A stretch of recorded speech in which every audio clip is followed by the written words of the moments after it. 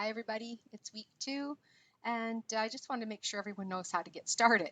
I see that we have 38 students enrolled in this course, this career planning course, and I see that 5 people have not even logged in yet, and we have about 15 who have done the orientation quiz. So we need to get started in here, and to do that, you first of all log in and you go to the discussion board and you post an introduction about yourself, and then you read the orientation materials right here, the Getting Started orientation materials. Read them over, and then when you're done reading them over, you will do the course orientation quiz, which is also located under the assessments quizzes. And once you complete that quiz, then you will see the weekly learning modules. They just appear. And the ones we're working on right now is this week's 1 to 4 document. So for 4 weeks we're working on it, and we're just starting week 2 now. So you want to read this through, and it's going to ask you to register in the Career Success Guide, which the co-op office puts together for us. And when you do that, you just click and register, and it takes you to another little eCentennial course area.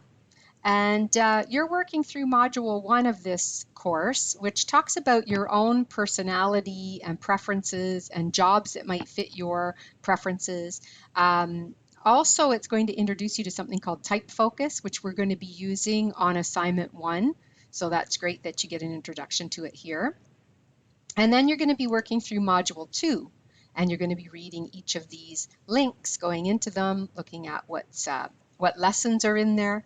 Notice also there's a bunch of links up here where you can go to Higher Centennial to find jobs, and we'll be using Big Interview later on in the course as well. A lot of students ask me about finding jobs, and I did a little search here about jobs, for students, and there's some online jobs that you might be able to do during this time of COVID. So if you do a little search online, it gives you a lot of great ideas. And I remember a couple students of mine told me about this Google. You can do user experience research. You can contribute to Google's research, and they sometimes give you points, or they give a charitable donation in your name, which actually you could claim on income tax, I would imagine. And then Google Opinion Rewards. I had a student doing this, and they were earning rewards. And then you could buy things with those reward points, like online. It wasn't money, but it's something. And of course, if you go to Workopolis or Indeed, those are great places that post a lot of jobs, and you can do part-time jobs for students and do a little search and see what's in here. Maybe there's something if you're looking for work.